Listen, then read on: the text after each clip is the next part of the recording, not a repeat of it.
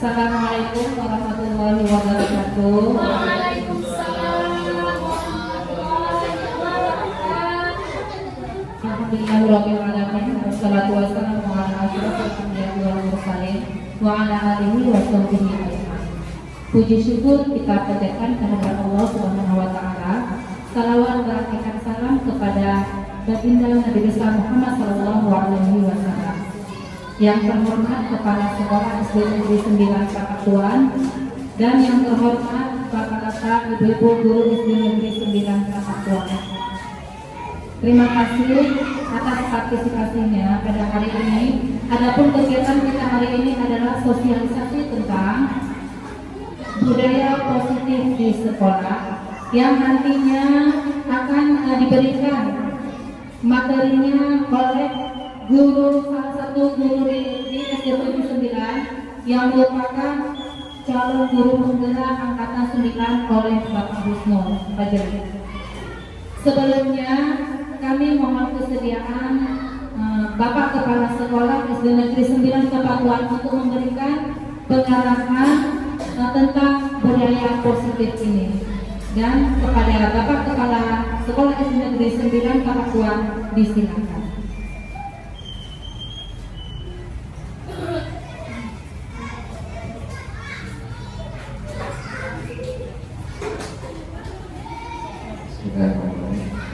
Assalamualaikum warahmatullahi wabarakatuh.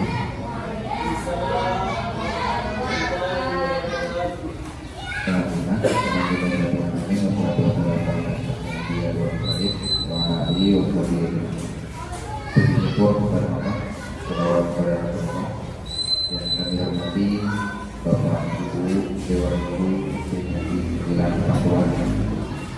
Terkhusus di sini buatnya Pak Husnul sebagai calon guru penggerak angkatan 9 yang pada hari ini ingin mempresentasikan aksi nyata di modul 1.4 tentang budaya positif yang intinya diseminasi budaya positif di sekolah, terutama di SD Negeri 9 Pakatuan. Di sini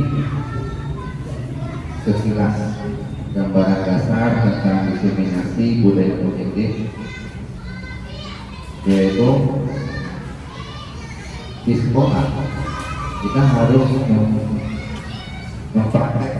mempraktekkan apa itu budaya positif.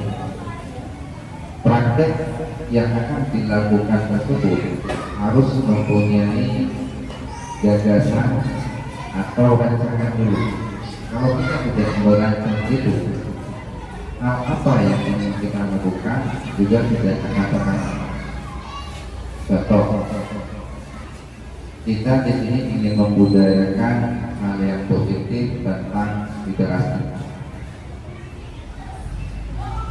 Program yang sudah kita buat, apa waktunya? Jadi kita harus melaksanakan itu agar hal-hal yang positif kita dapati dan bisa dimanfaatkan oleh warga sekolah yang lain. Jadi manfaat itu bukan hanya kepada guru, namun juga bisa dimanfaatkan oleh warga sekolah, yaitu siswanya, baik itu orang tuanya. Jadi harus bisa dimanfaatkan oleh seluruh warga sekolah. Kemudian setelah diprogramkan, setelah disusun dengan rapi, harus kita laksanakan dengan rasa penuh tanggung jawab. Kalau sudah disusun dengan baik, kita laksanakan, namun tanggung jawab kita itu kurang, intinya budaya positif itu hanya berlaku untuk sesaat. Jadi mungkin ini gambaran dasarnya hal-hal positif apa saja yang ingin kita kembangkan di SD Negeri 9 Pakatuan. Nanti bagaimana dan apa-apa saja yang memang perlu kita tingkatkan, nanti Pak Husnul selaku calon guru penggerak angkatan 9 akan memaparkan lebih jauh lagi tentang budaya positif yang harus kita kembangkan di SD Negeri 9 Pakatuan. Mungkin hanya ini yang dapat kami sampaikan. Dan kami harap apa nanti yang disampaikan oleh Pak Usnul tolong diperhatikan baik-baik, tolong disimak, dan bisa kita bekerja sama mengembangkan budaya positif di sekolah, terutama di sekolah. Mungkin hanya ini yang kami sampaikan kepada Pak Usnul. Waktu dan tempat kami persilakan dan kami akhiri. Wabillahi taufiq wal hidayah. Wassalamualaikum warahmatullahi wabarakatuh.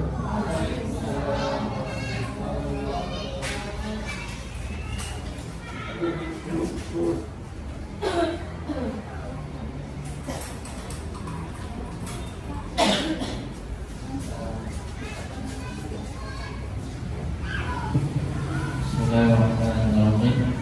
Assalamualaikum warahmatullahi wabarakatuh. Alhamdulillahirabbil alamin.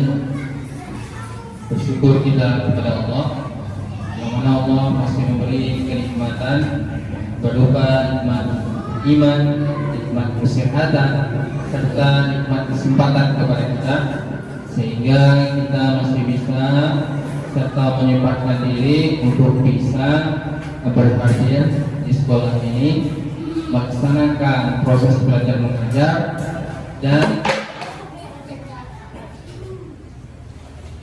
juga kita sama-sama bisa mendengarkan serta menerapkan budaya positif ke depannya setelah nanti Pak Usnul presentasikan tentang budaya positif, ya.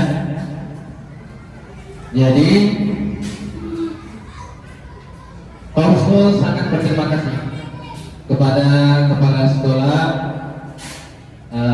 telah memberi kesempatan kepada kami tempat serta waktu untuk memaparkan agar bisa ke depannya bisa menerapkan budaya positif di sekolah kita, ya.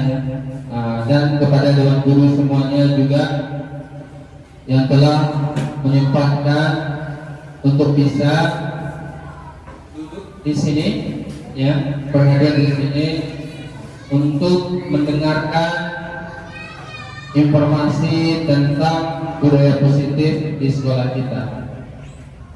Baiklah semuanya,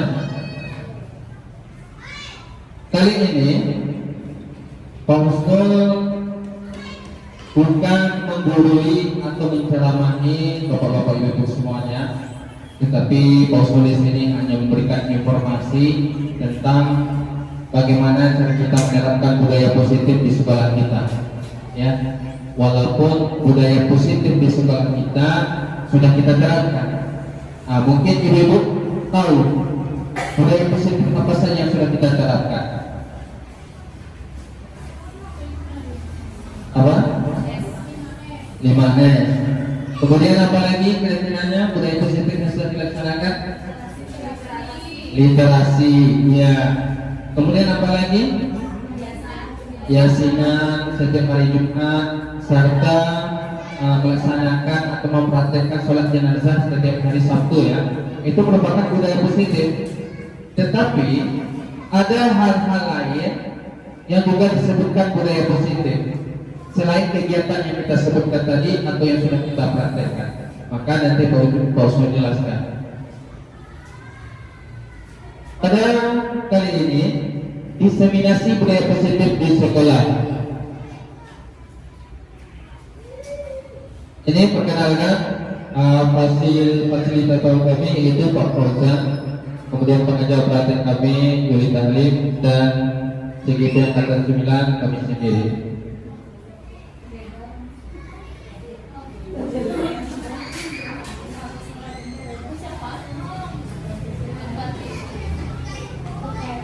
Kalau ada pertanyaan pemantik, hukuman dapat mendisiplinkan anak. Kalau menurut Ibu bagaimana? Hukuman dapat mendisiplinkan anak. Setuju atau tidak setuju? Ada yang bisa memberi jawaban? Tanggapan? Hukuman dapat mendisiplinkan anak.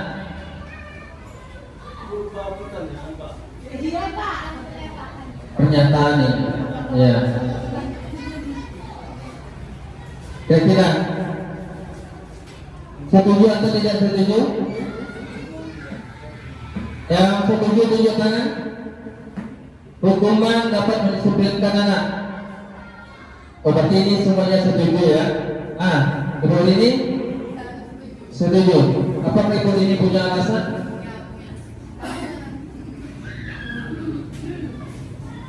Dengan pernyataan hukuman dapat mendisiplinkan anak, menurut saya setuju. Karena apa? Karena adanya hukuman itu berarti menandakan bahwa apa yang dilakukan oleh anak tersebut tidak baik atau tidak semestinya dilakukan. Kalau misalnya tidak ada hukuman, berarti dia merasa oh ini nggak apa-apa dikerjakan, biasa aja. Jadi dia merasa itu nggak ada beban ya buat dia melakukan karena tak adanya hukuman. Nah, hukuman di sini kembali lagi apakah itu hukuman yang mendisiplinkan atau hukuman yang ke arah kekerasan. Kembali lagi ke arah itu ya. Terima kasih kepada Bu Lini atas tanggapannya. Ya, nanti kita lihat apakah hukuman dapat mendisiplinkan anak itu salah atau betul. Nanti kita tengok nanti ke depannya. Kemudian pemberian hukuman dengan hal positif seperti membaca atau membersihkan halaman sekolah dapat meningkatkan disiplin anak. Setuju atau tidak setuju? Pemberian hukuman dengan hal positif seperti membaca atau membersihkan halaman sekolah dapat meningkatkan disiplin anak. Setuju atau tidak setuju ini? Setuju ya? Pemberian hukuman berupa membaca, ya, kemudian membersihkan halaman itu boleh. Nanti kita lihat apakah ini boleh atau tidak. Ya nanti kita lihat. Ibu-ibu katanya boleh ya. Kemudian memberi penghargaan dapat meningkatkan motivasi belajar anak. Setuju ibu-ibu? Boleh. Nanti kita perhatikan, ya. Kemudian untuk menjawab ini semua, kita lihat satu persatu. Konsep utama modul budaya positif ini yang Pak Sol jelaskan nantinya. Mudah-mudahan waktunya cukupnya nantinya ke depannya. Pertama, disiplin positif dan nilai-nilai kebajikan universal. Kemudian pertama, perubahan paradigma. Apa itu kira-kira perubahan paradigma? Perubahan paradigma. Kau tanya dulu apa kira-kira perubahan paradigma? Paradigma itu apa? Pandangan, ya, anggapan. Sekarang coba ibu-ibu semuanya laksanakan atau praktekkan kegiatan kepala tangan berpasangan. Ada A dan B. A anggap saja diri sendiri, sedangkan B teman ibu sendiri. Sobeklah secari kertas kecil, tuliskan benda atau sesuatu yang sangat berharga untuk Anda. Letakkan di salah satu tangan Anda dan genggam benda tersebut dengan segala daya. Buatlah sebuah kepala. Kemudian teman Anda B akan mencoba dengan sekuat tenaga dengan berbagai cara untuk meminta Anda memberikan benda tersebut. B, kawan Anda si B bisa membujuk, bisa mengancam, bisa menghardik, bisa merayu, menyuap, apa saja agar dapat membuka kepala tangan Anda. Coba dipraktekkan. Seolah kertas sudah di tangan ibu, ya. Kemudian di kertas itu bayangkan saja, ya. Bayangkan saja apa yang terpenting. Apakah itu surat tanah, ya, rahasia keluarga, emas, uang yang paling dianggap berharga. Lalu cobalah kawannya untuk membuka. Coba ibu siapa Bu Lina dengan Bu Ebi, siapa kira-kira yang menjadi A, yang mengepalkan tangan, siapa yang membujuk? Sekarang lakukan. Bisa nggak ibu suruh buka genggaman tangannya itu, kepala tangannya itu? Ya.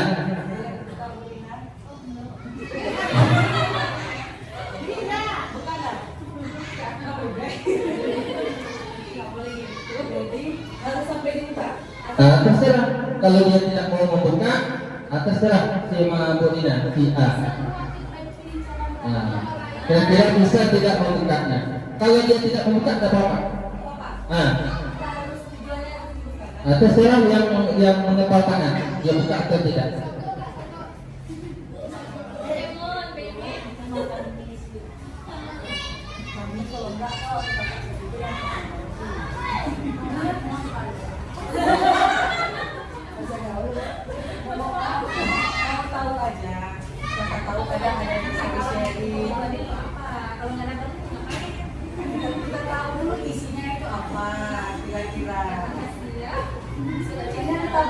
Ya. Bagaimana Bu Epi bisa dibuka? Ini apa yang terjadi? Ternyata Ibu Rina tidak membuka pengembangannya. Jadi yang mengontrol ini siapa? Rina sendiri. Berarti diri sendiri.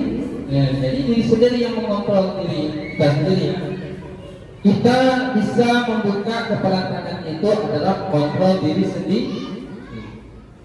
Ada juga yang buka. Ada, misalnya dia membuka kepala tangannya, berarti kontrol dirinya dipengaruhi orang lain. Berarti dapat pengaruhi dari luar. Ini kita akan belajar tentang perubahan paradigma.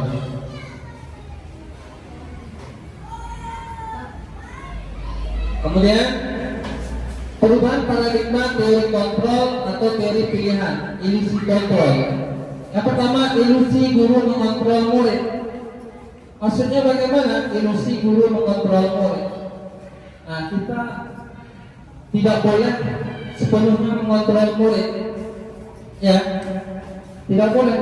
Walaupun kita seorang guru, tidak sepenuhnya kita bisa mengontrol murid. Bisa jadi apa yang kita suruh, apa yang kita kontrol, apa yang kita perintahkan, anak lakukan. Tapi itu motivasinya dari guru. Dia berbuat bisa jadi ya karena ingin dihargai. Jadi ilusi yang seperti ini tidak boleh. Ilusi mengontrol murid. Kemudian ilusi bahwa kritik dan membuat orang merasa bersalah dapat menguatkan karakter. Ini juga anggapan kita bahwa kritik dan membuat orang merasa bersalah dapat menguatkan karakter. Ini tidak baik bagi anak-anak. Ya, karena anak nanti akan merasa bersalah dan terbebani. Ya, tetapi nanti ada penguatannya bagaimana caranya nanti ada ke depannya. Kemudian ilusi bahwa semua penguatan positif efektif dan bermanfaat. Penguatan itu apa kira-kira? Bujukan. Ya, kalau anak bapak bisa melaksanakan atau mengerjakan tugas dengan baik, maka anak bapak akan mendapatkan ini misalnya. Itu tidak boleh. Kemudian ilusi bahwa orang dewasa memiliki hak untuk memaksa. Ini apa begini harus dihilangkan ya. Jangan kita sebenarnya sudah dewasa, enaknya saja mengontrol seorang siswa. Ya, ini juga harus ditinggalkan. Kemudian perubahan paradigma stimulus respon teori kontrol atau teori pilihan. Siapa sesungguhnya yang memiliki kontrol? Yang pertama, ini anggapan kita bahwa kita mencoba mengubah orang agar berpandangan sama dengan kita. Ya, contohnya kita mendidik anak supaya sama dengan pandangan kita harus memberikan soal terus-menerus misalnya ya, atau kita harus samakan persepsi kita dengan anak-anak. Sedangkan dari kontrol pilihannya, kita harus berusaha memahami pandangan orang lain tentang dunia. Jadi pandangan orang itu beda-beda. Tidak bisa kita samakan dengan pandangan kita. Ya, persepsi orang beda-beda, apalagi dengan anak kita ya, dengan berbagai macam karakter ya, dengan berbagai macam latar belakang, tentu mempunyai pandangan yang berbeda terhadap sesuatu hal. Kemudian perilaku guru dilihat sebagai suatu kesalahan. Nah ini, misal anak kita terlambat datang ke sekolah, lalu kita mengambil kesimpulan bahwa anak ini telah melakukan kesalahan. Tetapi teori kontrolnya semua pelaku memiliki tujuan. Belum tentu, bisa jadi anak itu telah ada kecelakaan di jalan atau hal sesuatu yang terjadi di rumahnya membuat dia telah datang ke sekolah. Ini maksudnya. Kemudian orang lain bisa mengontrol saya. Itu tak bisa dikatakan orang lain bisa mengontrol saya. Teori kontrolnya hanya Anda yang bisa mengontrol diri Anda. Ya, hanya kita yang bisa mengontrol diri sendiri. Berbuat baik, berbuat buruk, ya, melakukan kesalahan atau keburukan itu kontrol diri masing-masing. Kemudian pemaksaan, saya bisa mengontrol orang lain. Apakah kita bisa mengontrol orang lain? Tidak bisa. Nah, jadi teori kontrolnya Anda tidak bisa mengontrol orang lain. Kemudian pemaksaan ada pada saat tujuan gagal. Apa kira maksudnya ini? Pemaksaan ada pada saat tujuan gagal. Ketika kita mengajak anak tolong ini kita duduklah, ya. Itu merupakan setelah kita bujuk anak itu tidak mau, lalu kita paksa. Nah, itu merupakan tidak baik. Jadi teori kontrolnya kolaborasi dan konsensus menciptakan pilihan baru. Maksudnya bagaimana?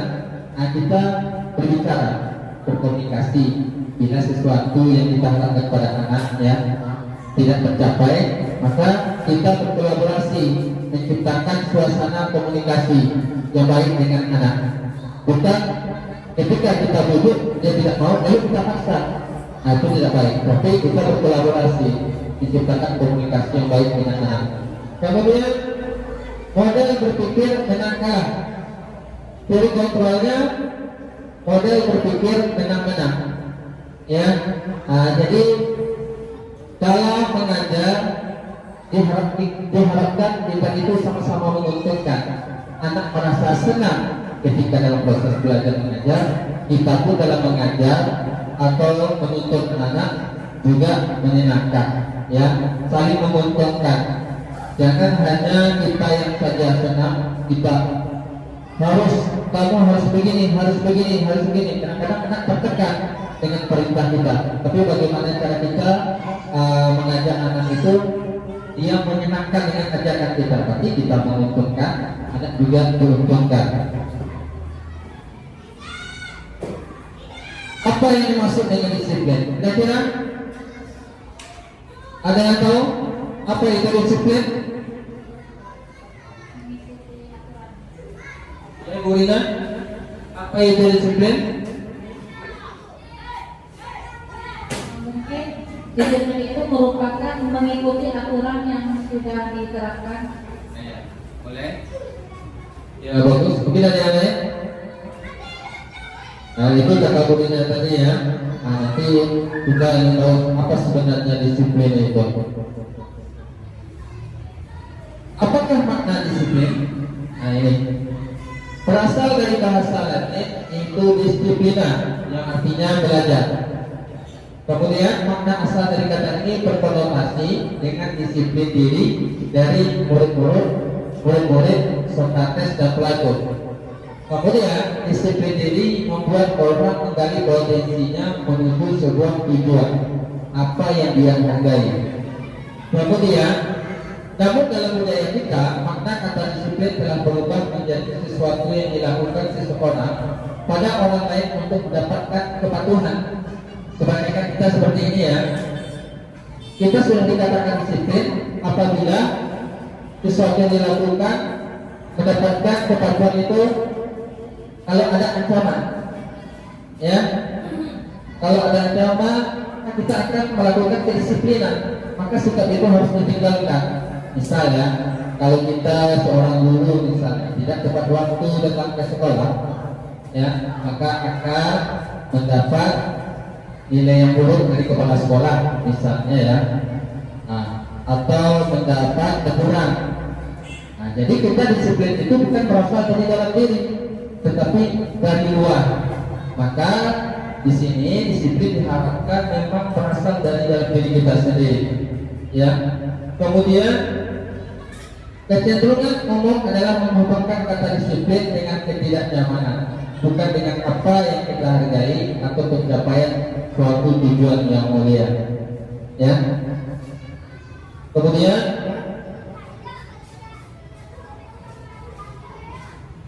nilai-nilai kebajikan universal. Ya, nilai-nilai kebajikan mungkin guru-guru kita semua sudah tahu ya nilai-nilai kebajikan itu. Nilai-nilai kebajikan adalah sifat-sifat positif manusia yang merupakan tujuan mulia yang ingin dicapai setiap individu.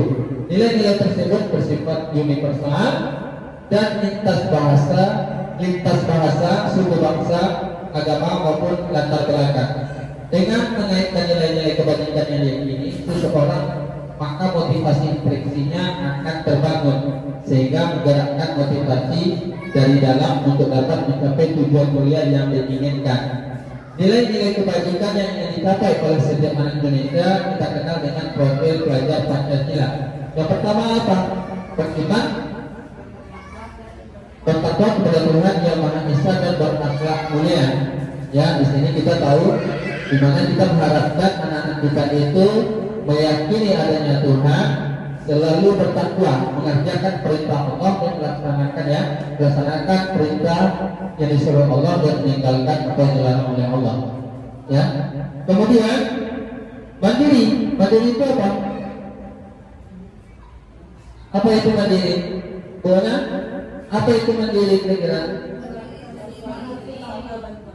Iya, melakukan sesuatu itu tanpa bantuan orang lain.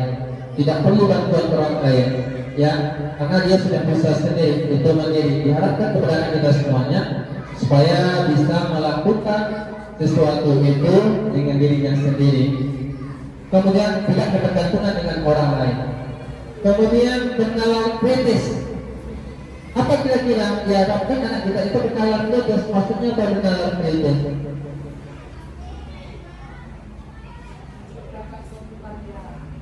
Menciptakan suatu karya. Kira-kira apa pendapat kritis? Mempunyai ide yang baru. Yang lain apa? Iya. Pendapat kritis ialah seorang siswa itu diharapkan bisa membedakan ya mana yang benar, mana yang salah. Seperti yang dikatakan Ibu tadi, ya. Dia melihat informasi dari suatu masalah, dipikirkan dulu, tidak langsung mengambil keputusan. Dia harus sesuai dengan logikanya dulu. Oh, ini benar, masalahnya ini, informasinya betul atau salah. Nah, dia teliti dulu. Nanti baru dia selesaikan dengan cara apa? Dengan cara kebenaran, dengan cara logikanya. Oh, ini benar, masalahnya ini tidak benar. Nah, maka itu pendapat kritis namanya. Dia bisa mengidentifikasi masalahnya dan bisa menyelesaikan dari informasi yang telah dia dapat secara logika. Kemudian berkebinekaan global, maksudnya apa? Berkebinekaan global.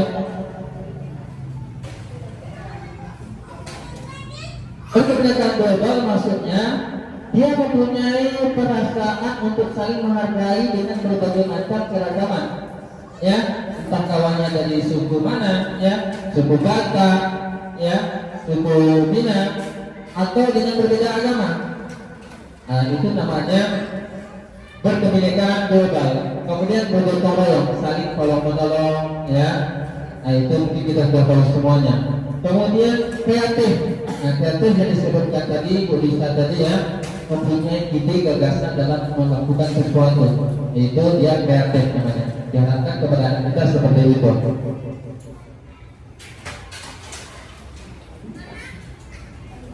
Kemudian pembelajaran yang 2.2 ini tentang teori motivasi, hukuman dan penghargaan serta restitusi.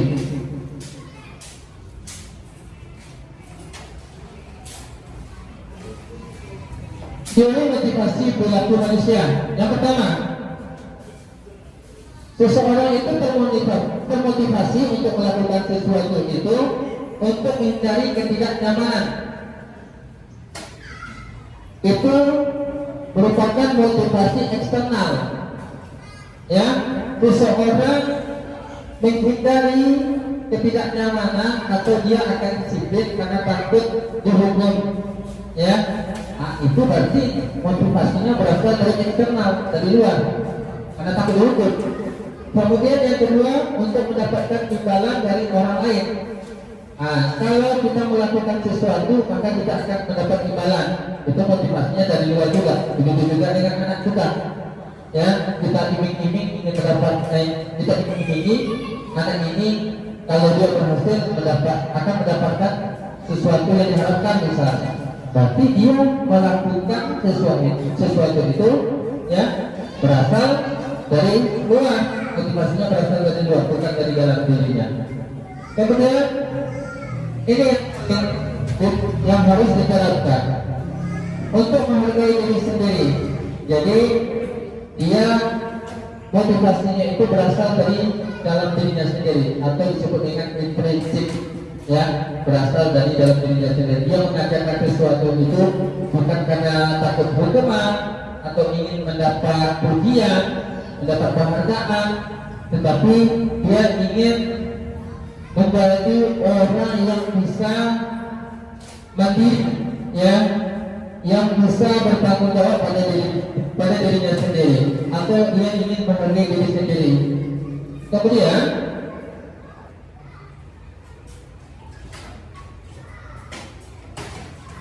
ini contoh siapa dia? Ya, Kerajaan Dewantara.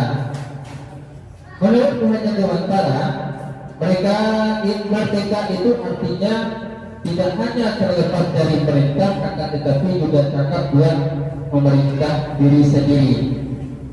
Merdeka di sini dalam konteks pendidikan, ya, bahwa orang siswa kita itu diharapkan melaksanakan segala perintah atau disiplin harus berasal dari dirinya sendiri, bukan faktor dari luar yang sudah disebutkan tadi untuk takutkan hukuman atau ingin mendapat sanjungan, pujian atau penghargaan, tetapi diharapkan berasal dari dirinya sendiri. Kemudian dihukum oleh penghargaan, bahwa penghargaan berlaku sama dengan hukuman, dalam arti meminta atau membujuk seseorang melakukan sesuatu untuk memenuhi suatu tujuan tertentu. Yang meminta atau membujuk, dorongannya eksternal, akan ada faktor ketergantungan. Ya, kalau dorongan motivasi itu berasal dari luar diri anak, dia akan ketergantungan. Dia melaksanakan sesuatu itu karena dia mengharapkan ini yang kita bayangkan tadi, maka dia akan ketergantungan terus-menerus. Kalau tidak kita beri hadiah, maka dia berhenti untuk melaksanakan. Kemudian dihukum oleh penghargaan. Nah, ternyata memberi penghargaan itu selalu benar, ya. Nah, kita kadang-kadang kita beri penghargaan, klausul begitu juga kadang-kadang, ya, memberi penghargaan. Misalnya klausul buat kelompok, siapa yang bisa nanti dapat berikan hadiah. Nah, ternyata dihukum oleh penghargaan. Yang pertama, kalau kita memberi penghargaan itu akan berpengaruh jangka pendek. Seperti yang disampaikan tadi, anak itu akan mau apabila diberi penghargaan. Kalau nggak diberi, dia tidak melaksanakan. Jadi motivasinya itu jangka pendek, begitu. Kemudian penghargaan menghukum. Bila anak itu misalnya anak tersebut tidak kita beri penghargaan, ya, pada sesuatu orang, tetapi orang lain, kawannya lain itu juga merasa tidak enak hati. Kenapa kawannya dapat, ya, kawannya dapat tetapi dia tidak mendapatkan penghargaan, padahal sama-sama kan ada seperti itu, misalnya nilainya tidak jauh beda. misalnya. Ini 90, ini 80 kan jauh beda. Nah, begitu. Kemudian menghargai kekurangan ketepatan. Penghargaan tidak efektif. Ya, penghargaan itu tidak efektif. Maksudnya yang dijelaskan tadi juga ya. Kadang orang itu termotivasi mendapat penghargaan itu, orang melaksanakan tugasnya itu karena ingin mendapat penghargaan, maka dia laksanakan. Kalau tidak, maka dia tinggalkan. Hanya pada waktu itu saja. Kemudian penghargaan merusak hubungan. Kalau menurut penjelasan dari materi ini, misalnya Rasul akan memberi penghargaan kepada Bu Lini, ya. Tentu si bu orang ini dia merasa berkecil hati dan cemburu kepada ini. Kenapa dia selalu mendapat penghargaan? Nah, itu disebut dengan penghargaan merusak hubungan. Itu menurut materinya ya.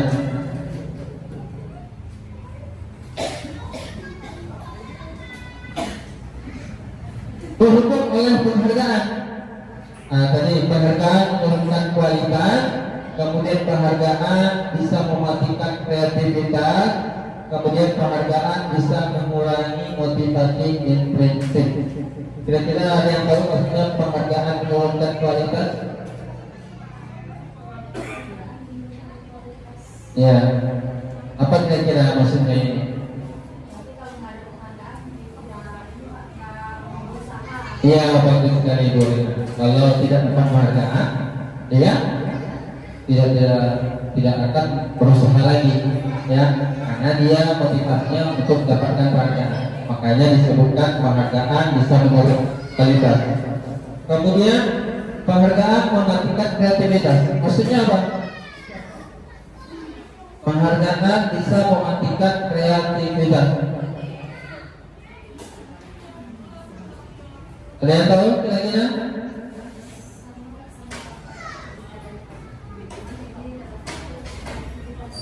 Iya, hampir sama dengan ya penghargaan menurunkan kualitas tadi ya. Jadi misalnya ada seseorang yang mempunyai ide-ide ya, kemudian apabila nanti dia tidak mendapat penghargaan, maka dia tidak akan mengeluarkan ide lagi, tak kreatif lagi dia, malas saya katanya, ya nggak dapat lagi penghargaan. Untuk apa saya berkreativitas, ya, iya. Misalnya kita bertanya kepada anaknya, ya, dia selalu kemudian tidak kita hargai pada waktu itu, misalnya kan, dia hari ini nggak mendapat penghargaan, maka dia tidak akan berkreativitas lagi. Nah, ini mematikan kreativitas. Kemudian penghargaan mengurangi motivasi intrinsik. Apa maksudnya? Penghargaan mengurangi motivasi intrinsik. Ya.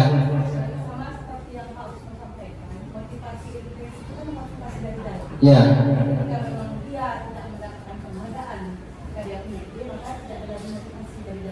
Iya, bagus sekali. Bahwa penghargaan mengurangi motivasi intrinsik. Karena hanya mengharap penghargaan, berarti motivasinya eksternal kan, berasal dari luar, bukan berasal dari dalam dirinya. Nah, itu bisa mengurangi motivasi intrinsik. Motivasi yang berasal dari dalam diri.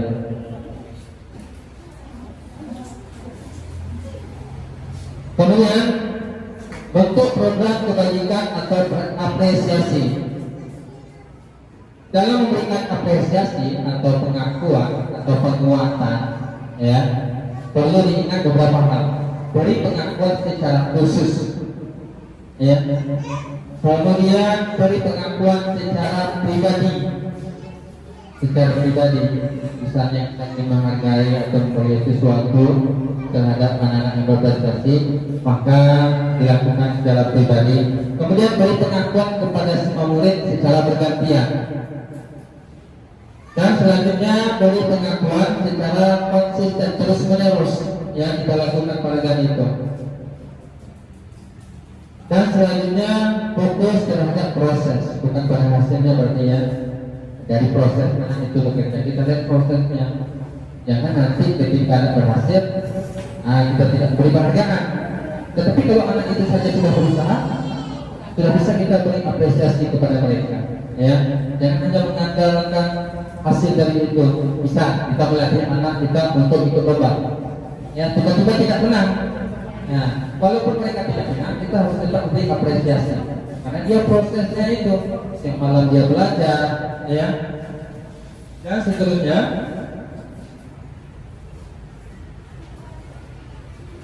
Contoh pengakuan atau apresiasi kebajikan. Kemarin saya perhatikan, ini pembukanya, kalimatnya ya, untuk memberi apresiasi kepada anak-anak. Rasa empatimu besar sekali, itu nilai kebajikannya. Situasinya pada saat menolong murid baru di kelas kita. Nah ini apresiasinya, pembukanya. Kemarin Bapak perhatikan kamu mempunyai rasa empati yang besar sekali, itu apresiasi juga. Kemudian yang kedua, nilai kebajikannya kepedulian. Nilai kebajikannya kepedulian. Pembukanya apa? Saya menghargai kepedulianmu. Situasinya pada saat kamu membantu teman-temanmu di tugas kelompok. Nah, dan seterusnya, terima kasih untuk rasa tanggung jawabmu pada saat kamu memungut kertas-kertas yang berserakan di lantai. Itu merupakan pengakuan atau apresiasi kebajikan kepada siswa-siswa kita di sekolah.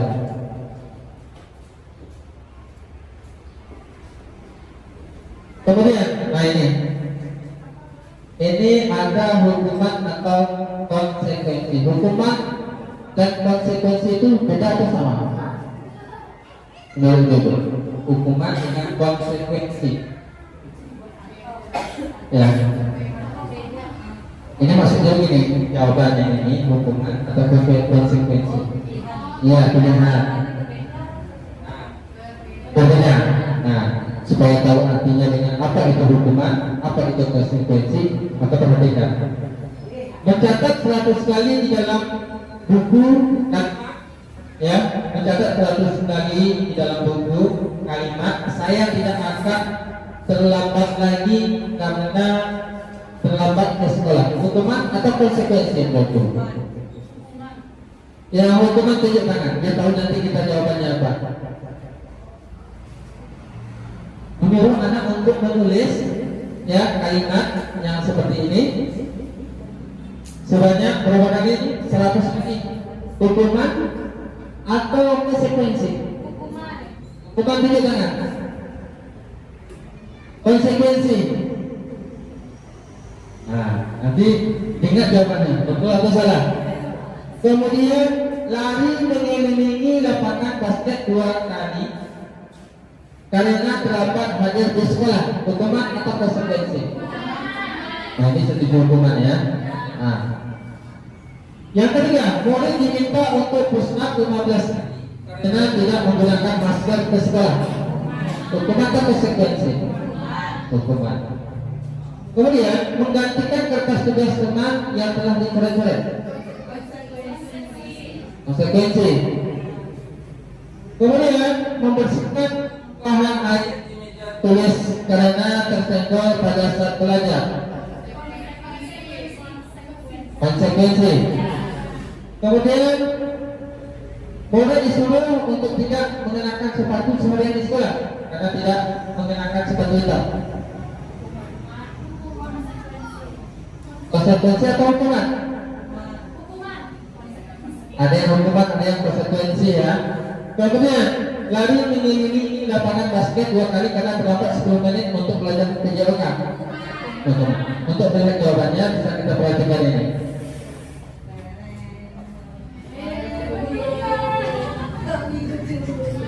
Nah, berarti yang pertama itu hukuman, yang kedua hukuman.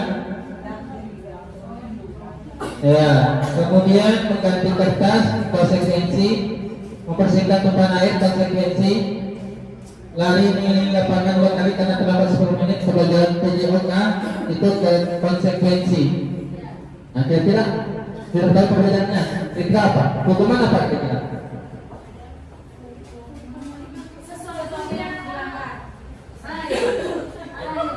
Sesuatu yang dilanggar. konsekuensi juga sesuatu yang dilanggar. Kalau saya hukuman itu lebih ke ini kan cara saya katakan tidak. Ya, bagaimana Bu? Hukuman ada balasan kayak misalnya kita latih fisiknya atau misalnya ada kalau konsekuensi dia lebih ke menggantikan Ya. Nanti kita lihat jawabannya. Ini jawabannya. Ini perbedaan. Kalau hukuman sesuatu yang menyakitkan harus terjadi. Contohnya tadi, yang menulis atau membersihkan WC itu hukuman yang menyakitkan, melelahkan maksudnya ya. Atau dia berjalan tadi, berlari. Kalau pelajaran PJOK tadi, dia pelajaran PJOK, makanya disuruh berlari, itu konsekuensi namanya, karena perjanjian dengan guru olahraganya. Ya, kemudian kalau konsekuensi itu sesuatunya harus terjadi. Dan hukuman membuat anak sakit fisik maupun hati untuk jangka waktu yang lama. Ya, itu biasa ya. Yang biasa kita lakukan sekarang mulai kita rubah.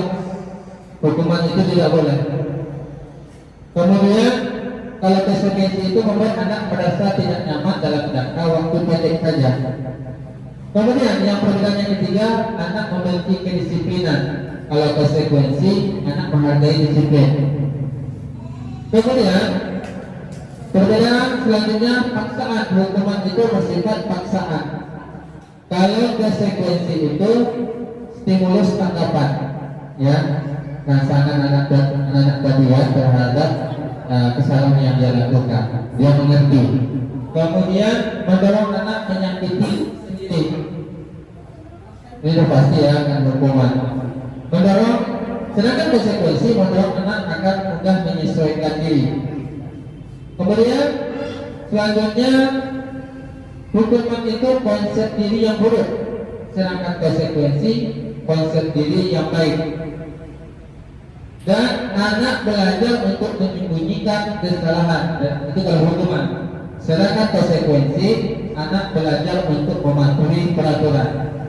Kemudian hukuman, perbedaan yang selanjutnya, marah, rasa bersalah, dipermalukan, merasa tak dihargai. Kalau konsekuensi itu hanya kehilangan hak, dibuat tidak nyaman, diasingkan untuk sementara saja. Apa itu restitusi? Restitusi adalah proses menciptakan kondisi bagi murid untuk memperbaiki kesalahan mereka. Itu restitusi. Kondisi bagi murid untuk memperbaiki kesalahan mereka, sehingga mereka bisa kembali pada kelompok mereka dengan karakter yang lebih kuat. Dan restitusi juga merupakan proses kolaboratif yang mengajarkan murid untuk mencari solusi untuk masalah mereka dan membantu murid berpikir tentang orang seperti apa yang mereka ingin menjadi tujuan mulia dan bagaimana mereka harus memperlakukan orang lain. Itu restitusi.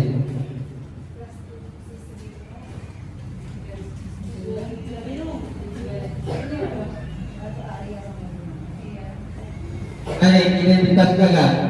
Berarti kalau kita berhukuman, berarti identitasnya kita gagal. Kalau identitas sukses itu konsekuensi dengan restitusi dalam mendisiplinkan anak-anak. Yang bagus ini konsekuensi dan restitusi. Kalau hukuman, sesuatu yang menyakitkan harus terjadi. Ya, ini sudah dijelaskan tadi ya. Kemudian kalau restitusi merupakan pilihan menguatkan murid dalam jangka waktu panjang. Korban mendapatkan ganti, murid mendapatkan penguatan, masalah terpecahkan, murid belajar bertanggung jawab, fokus pada pemecahan. Kemudian ada pertanyaan nanti, apa yang kamu yakini, apa yang bisa kamu lakukan untuk memperbaiki masalah ini. Kemudian pada restitusi juga anak menghormati dirinya dan orang lain. Ini merupakan disiplin identitas yang sukses yang harus dilakukan oleh guru ya, daripada melakukan hukuman ini. Kalau hukuman ini identitasnya gagal.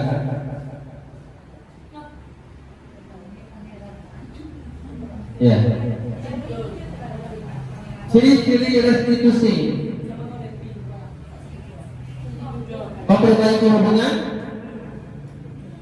tawaran bukan paksaan, menuntut melihat ke dalam diri, mencari kebutuhan dasar yang mendasari tindakan. Restitusi diri adalah cara yang paling baik. Restitusi fokus pada karakter bukan tindakan. Kemudian restitusi mengembalikan murid yang berbuat salah pada kelompoknya. Ya, itu ciri-ciri restitusi.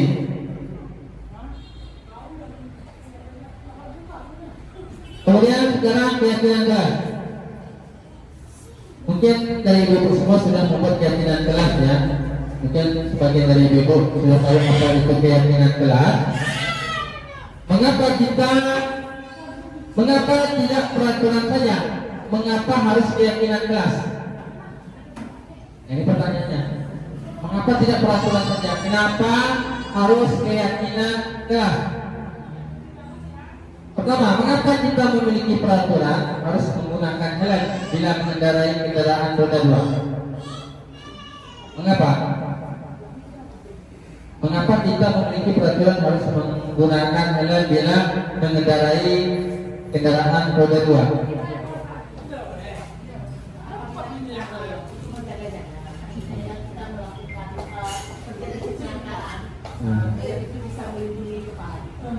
Ya. Berarti keyakinannya apa itu untuk keselamatan. Kemudian mengapa kita memiliki peraturan 3M, menggunakan masker, mencuci tangan, dan menjaga jarak atau ke 5 meter pada ya waktu COVID itu. Ya, berarti keyakinannya apa pada diri kita? Menghindari dari virus seperti kesehatan atau keselamatan. Kemudian mengapa kita memiliki peraturan harus datang tepat waktu pada saat mengikuti pelatihan? Tidak tinggal materi. Berarti keyakinan kelasnya apa? Bertanggung jawab, mandiri, disiplin. Ya, disiplin ya. Kemudian ini merupakan budaya positif, ya. Budaya positif itu berasal dari peraturan yang kita buat. Yang pink ini adalah peraturan, ya. Setelah peraturan, kemudian keyakinan kelas. Setelah dibuat peraturan, anak-anak harus menyerap keyakinan dari peraturan itu. Bisa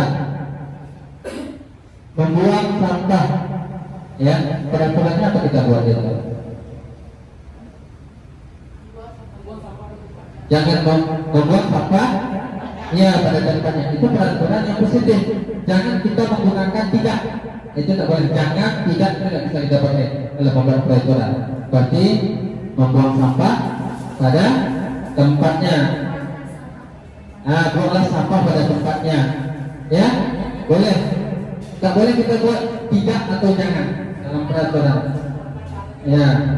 Jadi keyakinan kelasnya apa tadi? Membuang sampah tadi. Apa keyakinan kelasnya yang harus pada anak yang ada pada anak?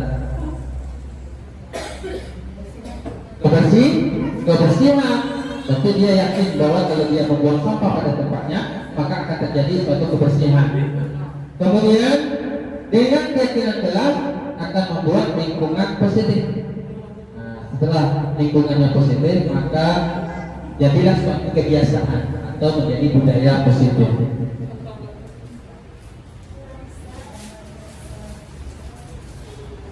Nah ini kesepakatan kelas datang tepat waktu mengucapkan salam.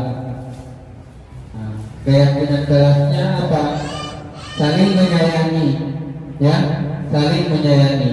Kemudian menjaga kebersihan sekolah. Berarti keyakinan kelasnya kebersihan. Nah, dan seterusnya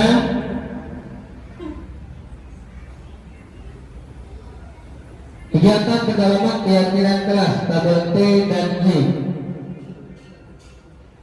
Hormat misalnya, keyakinan kelasnya hormat terdengar satu orang yang berbicara.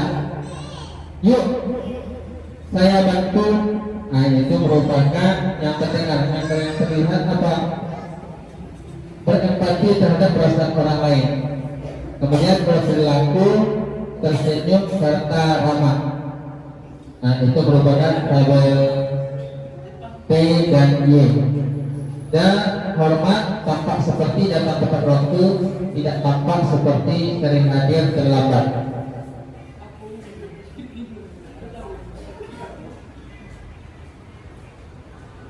Nah, ini keyakinan kelasnya apa ini kira-kira? Selalu kembalikan buku ke tempatnya. Keyakinan kelasnya apa? Rapi? Boleh di apa aja dulu? Kira-kira ditebak-tebak aja apa kira-kira? Kerapian. Dilarang mengganggu orang lain. Keyakinan kelasnya apa? Menghargai, menghormati orang lain. Apa keyakinan kelasnya? Menyayangi. Kemudian hadir di sekolah 15 menit sebelum pembelajaran dimulai. Disiplin. Dilarang melakukan kekerasan. Keyakinan kelasnya? Saling menyayangi dan hormati. Dilarang menggunakan narkoba. Apa kira-kira? Ya, keyakinan kelas. Berarti keyakinan itu kan berasal dari apa? Nah, berarti hidup sehat. Kemudian bergantian atau menunggu giliran. Antri. Disiplin. Kemudian gunakan masker. Keyakinan jaga kesehatan. Jangan berlari di kelas atau koridor. Apa keyakinan kelasnya itu kira-kira?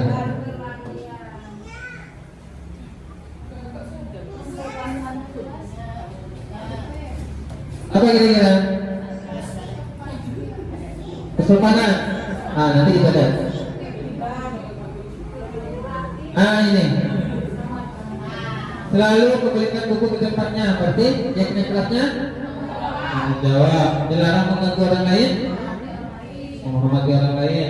Hadir sekolah 15 menit sebelum pelajaran. Ya, dilarang melakukan kekerasan, keselamatan. Dilarang menggunakan narkoba, bergantian menunggu giliran, menghormati orang lain, bersabar, gunakan masker, kesehatan, keselamatan. Jangan berlari di kelas atau koridor, itu keselamatan dan keamanan. Ini kebutuhan dasar manusia. Ya, yang love ini kasih sayang dan rasa diterima. Ya, ini pada anak atau pada kita semua harus mempunyai kebutuhan dasar manusia. Yang pertama bertahan hidup, seperti makan, ya, tempat tinggal, minum, itu bertahan hidup. Kemudian yang kedua penguasaan, kemudian kebebasan, kesenangan, serta kasih sayang dan rasa diterima. Jadi kita melihat anak itu bila tak terpenuhi ini, maka dia akan bertingkah, ya. Misalnya tidak mendapat kasih sayang dan rasa diterima, dia akan bertingkah. Ada anak begitu, selalulah dia nunjuk-nunjuk tangan, kita bertingkah supaya kita perhatikan. Jadi kita harus perhatikan kebutuhan dasar anak-anaknya. Kadang ya ada anak yang mencuri misalnya, maka kebutuhan dasarnya pasti kurang itu, karena dia tidak mendapatkan makanan misalnya atau makan. Kemudian posisi kontrol.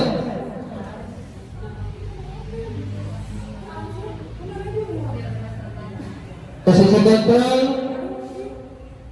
ada 5 posisi kontrol.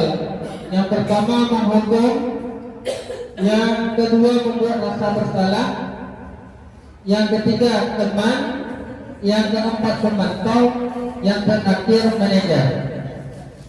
Hukuman itu guru berbuat menghati, menunjuk-nunjuk, menyindir, itu tidak boleh. Itu hukuman.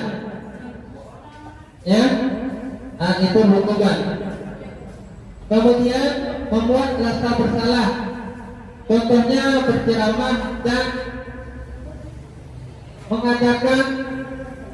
mengatakan sebenarnya ibu kecewa, itu merupakan pembuat rasa bersalah. Jadi anak itu merasa bersalah, itu tidak boleh.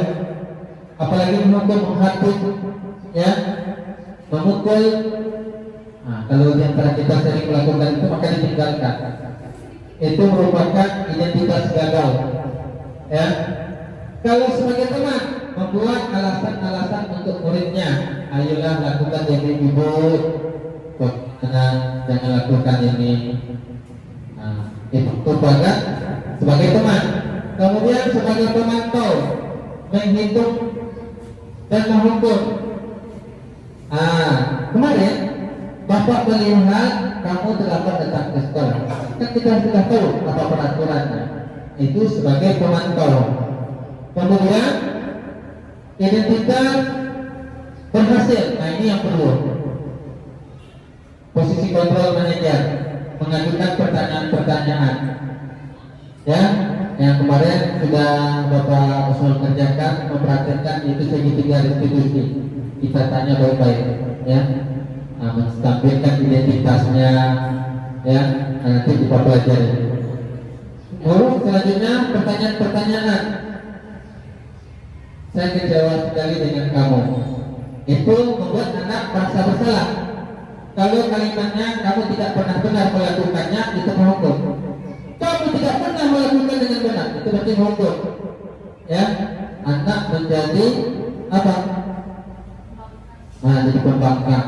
Kemudian ayolah lakukan itu, jangan lakukan ini lagi. Ibu malu dengan guru-guru lain. Itu merupakan kontrol sebagai teman. Apakah kamu mau mendapatkan stiker? Itu pemantau. Apakah kamu mau mendapatkan stiker bintang hari ini? Itu merupakan pemantau. Kemudian bagaimana kamu bisa menyelesaikan masalah ini? Nah, ini manajer. Dan caranya. Kemudian kamu selalu yang paling terakhir, itu penghukum. Kemudian yang terakhir segitiga restitusi. Segitiga restitusi. Yang pertama, bila anak melakukan suatu kesalahan atau masalah, yang pertama menstabilkan identitas. Kita stabilkan dulu dirinya. Seperti Pak Ustaz kemarin, menstabilkan identitasnya begini kalimatnya. Tidak apa-apa, semua orang pernah melakukan kesalahan. Pak Ustaz juga pernah melakukan kesalahan. Misalnya dia menyontek. Bapak Ustaz juga melakukan menyontek, belum melakukan kesalahan. Semua orang pernah melakukan kesalahan. Itu menstabilkan identitas namanya. Menstabilkan dirinya anak-anak itu. Kemudian yang kedua, validasi kebutuhan. Jadi kira-kira tindakan itu sudah sesuai atau belum? Nanti dijelaskan lebih dalam lagi. Kemudian menanyakan keyakinannya. Keyakinan apa yang dilanggar, yang sudah dilanggar. Nanti dijelaskan lebih rinci pada ini. Pertama, menstabilkan identitas untuk membuat rasa gagal karena berbuat salah menjadi positif terhadap dirinya. Kata-katanya, berbuat salah hal yang manusiawi. Tidak ada manusia yang sempurna. Bapak Ibu juga buat salah. Kita pasti bisa menyelesaikan permasalahan ini. Bapak Ibu tidak tertarik untuk mencari tahu siapa yang sebenarnya, siapa yang salah, ya. Bapak Ibu lebih tertarik untuk menyelesaikan masalah. Itu kalimat menstabilkan identitas. Kemudian membantu murid mengenali basic, ya, itu memvalidasi kebutuhan. Guru berkata, pada dasarnya setiap tindakan manusia tujuannya adalah memenuhi kebutuhan dasar, apakah itu penguasaan, kebebasan, kasih sayang, dan dasar diterima, kesenangan atau bertahan hidup. Guru berkata, kamu bisa saja akan melakukan hal yang lebih buruk, tapi kamu tidak melakukannya, kan? Begitu. Kamu pasti punya alasan mengapa melakukannya. Apa yang penting bagi kamu? Kamu boleh tetap berusaha menjaga sikap itu, tapi amankan sikap yang lain yang baru. Kemudian yang menanyakan keyakinan. Apa nilai yang kita percaya di kelas sekolah kita? Nilai-nilai universal apa saja yang telah kita sepakati? Kelas yang dia itu seperti apa sih? Kamu ingin jadi anak seperti apa? Apa yang kamu rasakan? Ketika kamu melakukan itu, kamu menjadi orang yang seperti apa? Nah, itu kata-kata yang harus disampaikan pada keyakinan. Ini intervensi 30 detik ya. Apakah kamu ingin berbuat lebih baik? Apakah saat ini kamu sedang menjadi orang yang senang kamu inginkan? Apakah wajar membuat kesalahan? Kemudian apa yang kamu inginkan dan peraturannya apa? Nah, ini disiplin positif ya. Ada teori kontrol, teori pilihan menurut Dr. William Dasar. Nah, yang sudah dijelaskan tadi, makna disiplin yaitu belajar kontrol diri dengan menggali potensi kita agar mencapai tujuan yang mulia. Itu makna disiplin. Kemudian teori motivasi tadi sudah dijelaskan juga, 5 posisi kontrol serta kebutuhan dasar manusia sudah kita jelaskan tadi dan dipahami. Nah, ini contoh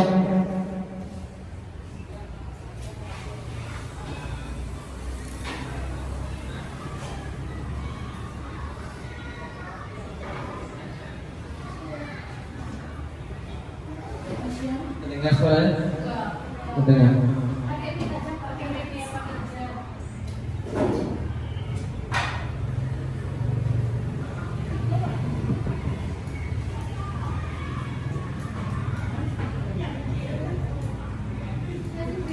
Di sini Pak Musnul menstabilkan identitas dulu di sini ya, menanyakan kepada Anda IPA bahwa kesalahan itu semua orang pernah melakukannya. Nah, di sini.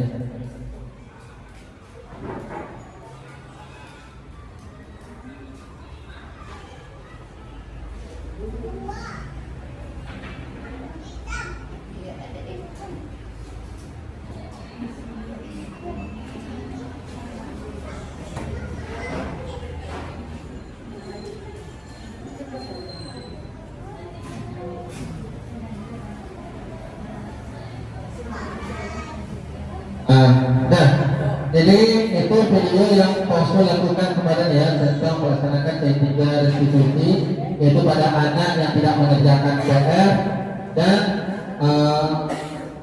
siswa yang melihat metode jawaban kawannya ketika ulangan. Nah, itu. Jadi refleksi. Coba bapak-bapak dan ibu-ibu semuanya, sekarang kita berada di ujung kegiatan kita ya. Dalam mempresentasikan budaya positif, kira-kira hal baru apa yang mengubah paradigma saya yang saya dapatkan? Kira-kira ada yang tahu? Tentang budaya positif. Ya. Ya, sekarang sudah berubah paradigmanya ya. Kemudian yang kedua, perasaan apa yang muncul selama mengikuti sesi ini, khususnya mengenai makna disiplin dan motivasi intensif?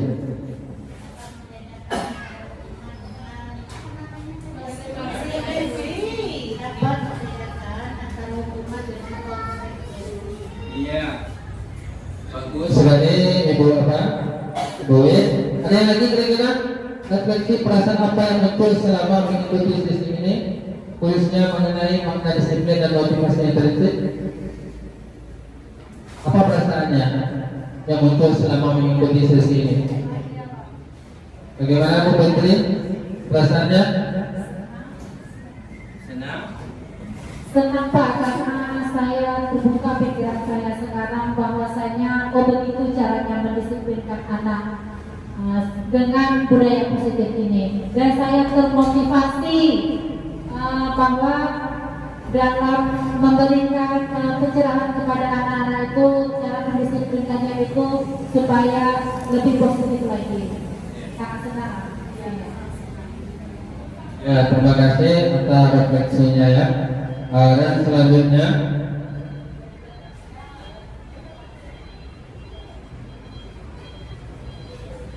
ini uraian sedikit ya. kesimpulannya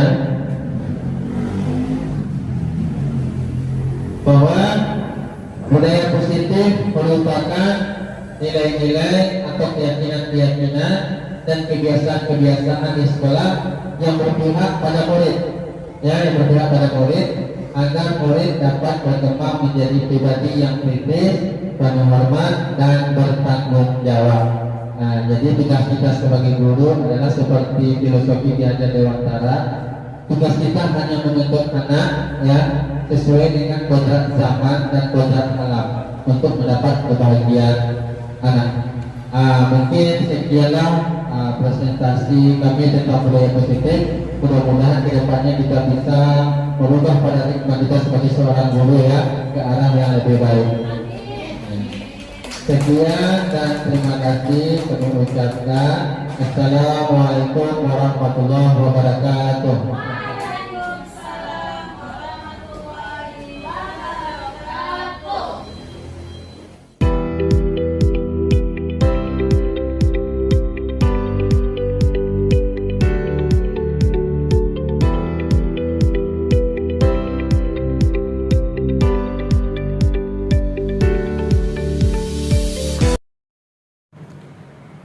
Saya dalam mengikuti sesi budaya positif ini, saya merasa sangat bersyukur dan senang sekali karena saya banyak mendapatkan pengetahuan tentang bagaimana berbudaya positif di lingkungan sekolah.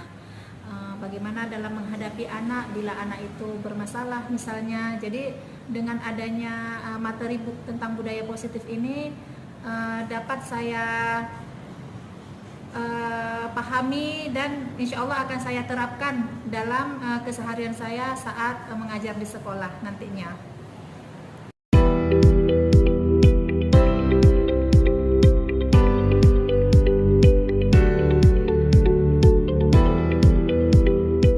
Assalamualaikum warahmatullahi wabarakatuh.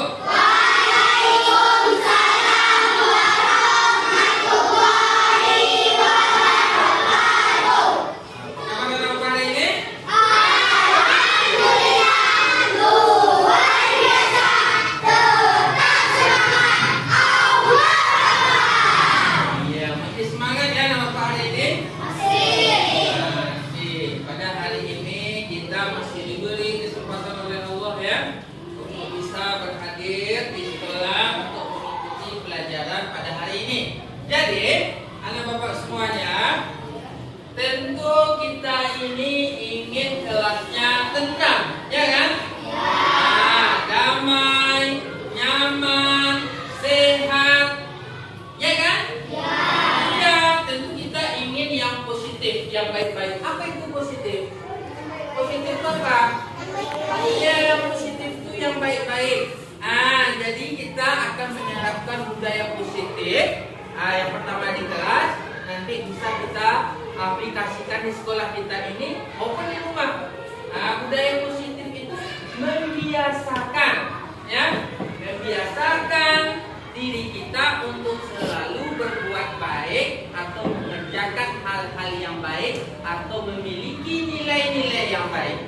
Nah, jadi untuk mendapatkan hal-hal yang positif di kelas kita supaya tertanam, maka hari ini kita akan membuat keyakinan kelas, ya. Nah, jadi keyakinan kelas ini harus kita buat bersama-sama, harus disepakati bersama-sama, harus keluar dari hati dari masing-masing anak bapak, ya. Nah, anak bapak semua maunya bagaimana di kelas kita ini? Nyaman, tentram, bersih. Jadi sekarang kita buat keyakinan kelas melalui kesepakatan bersama-sama, ya. Jadi ini ada sticky note, ya. Sticky note ini akan bapak bagikan satu persatu kepada anak bapak semuanya. Nanti anak bapak akan menulis kira-kira kesepakatan kelas apa, ya, yang dibuat di sini untuk mendapatkan keyakinan kelas. Nanti kita bahas bersama-sama dan kita sepakati. Di sini jangan lupa paling yang di atas ini tempat menempel, berarti di sininya ya yang ditulis. Jangan sampai kebalik nanti, ya. Di sini kalau paling atas nanti bisa ditempelkan begini, jangan ditulis di sebelahnya ini dekat lemnya nanti bisa ditempelkan ya. Nah sekarang Bapak bagikan satu persatu. Nah jadi ditulis di sini.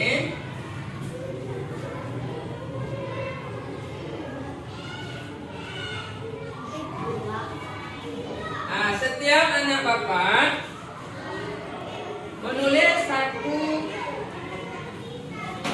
kesepakatan atau keyakinan kelasnya, kira-kira apa yang menurut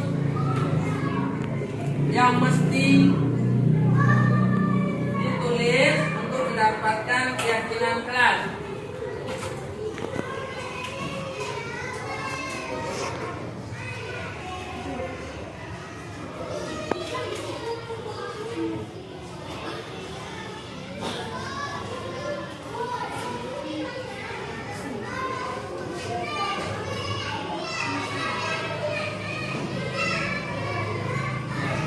Tulis di sininya ya.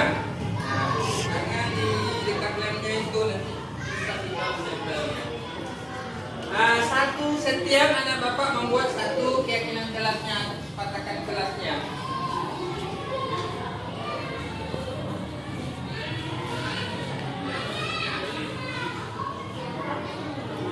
Bapak kasih waktu 5 menit untuk menuliskan keyakinan kelasnya.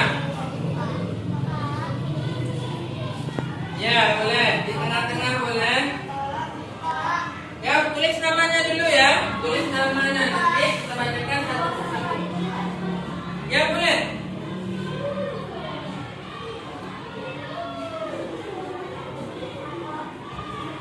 Ya, tulis namanya di atas, terus buat keyakinan kelas apa yang anak Bapak ingin tuliskan. Terserah dulu, nanti kita bahas sama-sama. Ya.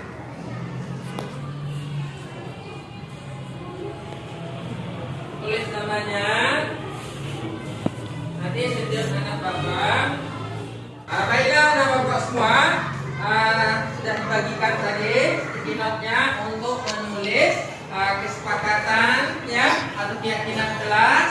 Jadi sekarang setiap anak Bapak ya akan menempelkan apa yang telah ditulis di papan tulis. Nah sekarang yang kelompok ini dulu, silakan menempel di papan tulis. Ya, jadi di atas kertas karton yang telah Bapak tempelkan. Ya boleh, satu-satu ya.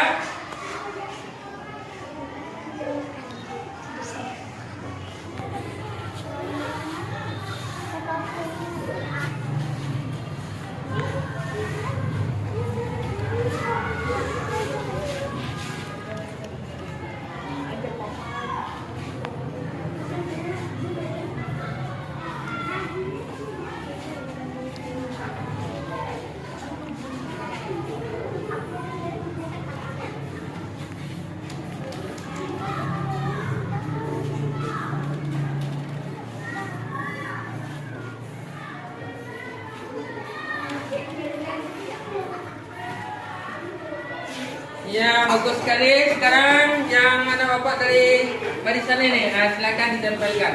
Nah, tempelkan di tengah di sini ya.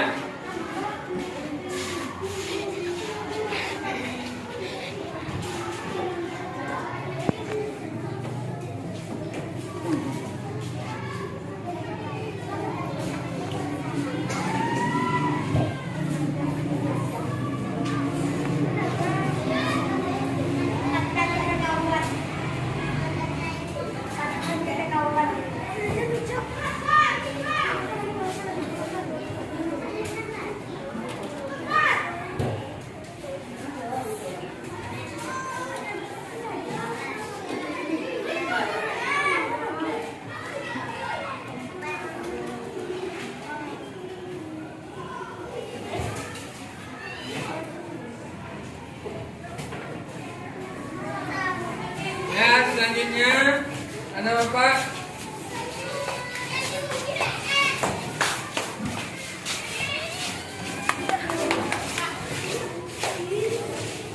Pelan-pelan ya.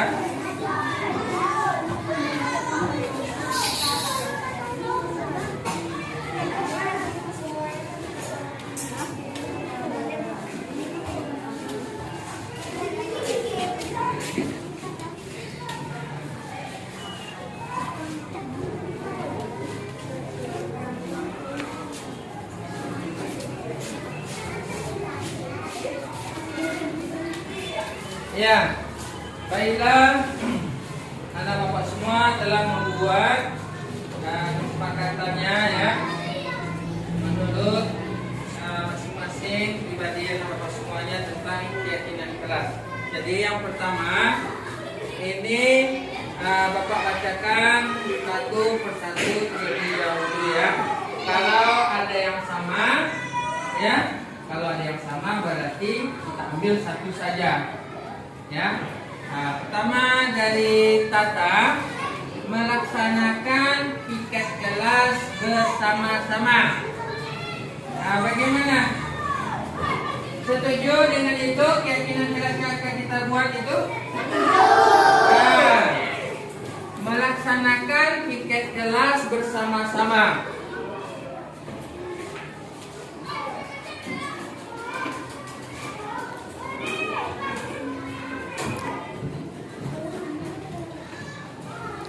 Melaksanakan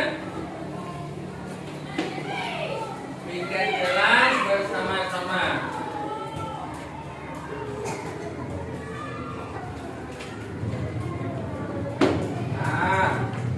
Dah, kita buat dulu ya, kita pilih dulu. Kemudian Zalika, buanglah sampah pada tempatnya. Buanglah sampah pada tempatnya. Sekarang kita tengok yang lain. Si Gina, buanglah sampah pada tempatnya.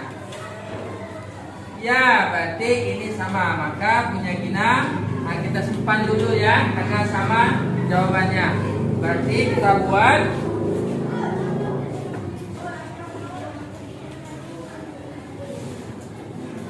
buanglah sampah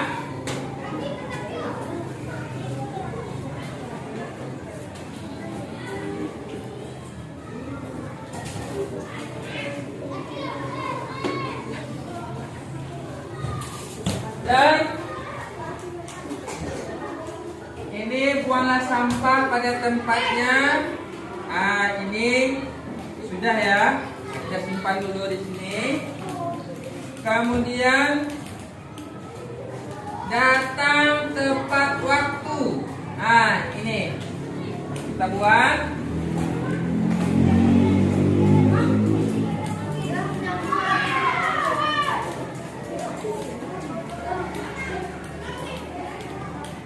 Kita sudah sama-sama memilih ya. Ada yang sama, jadi yang sama berarti Bapak isikan di sini ya. Berarti inilah kesepakatan atau keyakinan kelas yang kita sepakati. Pertama yaitu tentang melaksanakan piket kelas bersama-sama. Ya, sepakat kita ya ini ya. Melaksanakan piket kelas bersama-sama. Jadi keyakinan kelasnya, keyakinan yang ada pada diri anak bapak apa harus kita yakini apa nih? Iya, jadi kalau kita melaksanakan piket kelas bersama-sama, kita harus tanggung jawab, meyakini bahwa tugas piket itu merupakan tanggung jawab daripada anak bapak semuanya. Ya, kan sudah ada itu piket hariannya. Jadi setiap hari Senin, Selasa, Rabu, Kamis, Jumat, Sabtu, berarti dari masing-masing anak bapak mempunyai tanggung jawab. Pasti anak bapak sudah yakin, ini tanggung jawab saya, piket. Tidak perlu lagi disuruh, karena sudah ada keyakinan dalam dirinya, sudah ada motivasi dalam dirinya, dorongan dalam dirinya. Ya, kalau tidak piket, berarti kita merasa malu. Ya, nah yang kedua, buanglah sampah pada tempatnya. Ini keyakinannya apa nih pada diri dalam ini? Iya, berarti anak bapak meyakini kalau kita buang sampah pada tempatnya, berarti kita telah melakukan kebersihan. Kebersihan itu penting? Penting. Apakah keuntungan kalau kita bersih? Satu-satu apa? Ada?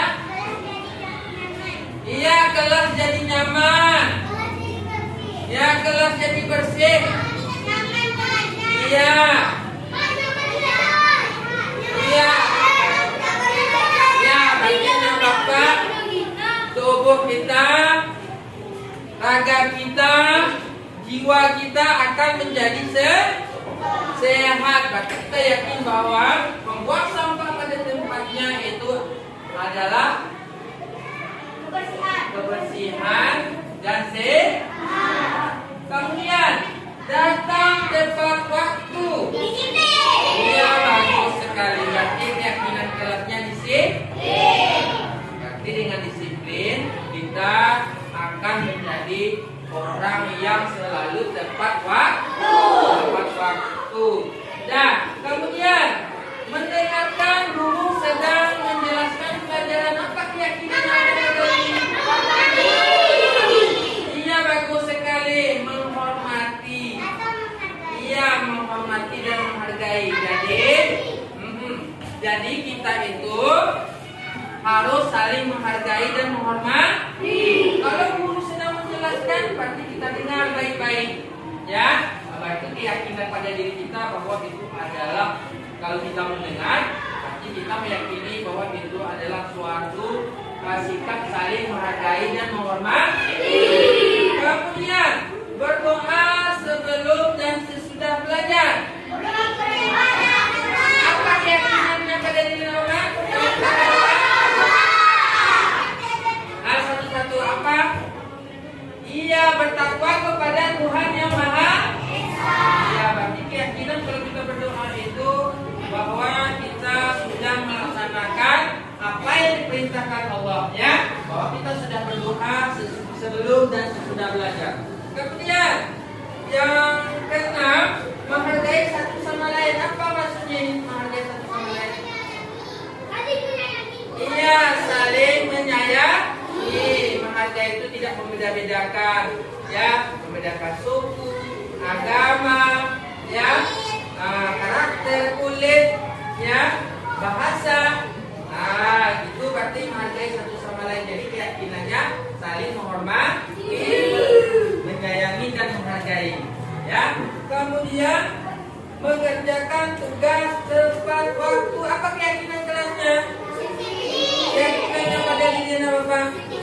Iya, disiplin. Berarti mengerjakan tugas tepat waktu. Contohnya apa itu mengerjakan tepat waktu itu? Mengerjakan, ya, mengerjakan tugas yang diberikan guru. Misalnya fokus, hari ini ada PR, besok dikumpulkan, ya kan, bisa. Jadi anak bapak besoknya sudah mengumpulkan pekerjaan rumahnya atau PR. Nah, berarti di sini merupakan keyakinannya yaitu disiplin dan tanggung jawab sebagai murid, ya. Kira-kira ini termasuk disiplin atau tanggung jawab mengerjakan tugas tepat waktu?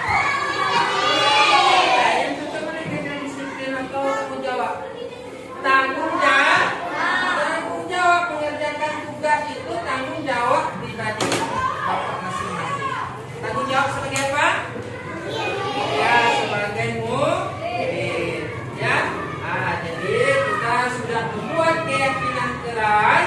Mudah-mudahan yang kita buat ini benar-benar dilaksanakan, ya, benar-benar dilaksanakan dan diingat, diyakini dalam hati supaya kelas kita aman, tertib dan sehat, ya. Mungkin hari ini itu saja yang Bapak dapat sampaikan dan dapat kita sepakati. Mudah-mudahan bisa kita laksanakan semuanya, ya.